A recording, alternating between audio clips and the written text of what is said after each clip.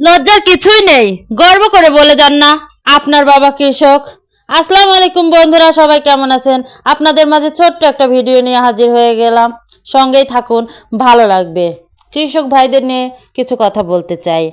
দেখুন, এত শীতের মাঝে তবুও তারা থেমে নেই। হাল চাষ করে তাদেরকে ফসল ফলাতে হবে, তাই তারা খেতে নেমে পড়েছে এই কুয়াশার মাঝে, শীতের মাঝে। কারণ কৃষকদের ফসল ফলাতেই হবে। কৃষক বাঁচলে দেশ বাঁচবে, আর দেশ বাঁচলে দেশের মানুষ বাঁচবে। অনেকেই পছন্দ করে না কৃষকদের, কাদামাটি।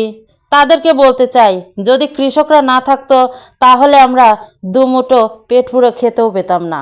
কারণ আমরা বাঙালি ভাতের পাগল, ভাত ছাড়া আমাদের যেন চলেই না। আর এই ভাত আসে শুধুমাত্র কৃষকদের পরিশ্রমের থেকে। দেখুন কত সুন্দর দৃশ্য, সবাই কমেন্ট করে যাবেন সুন্দর সুন্দর।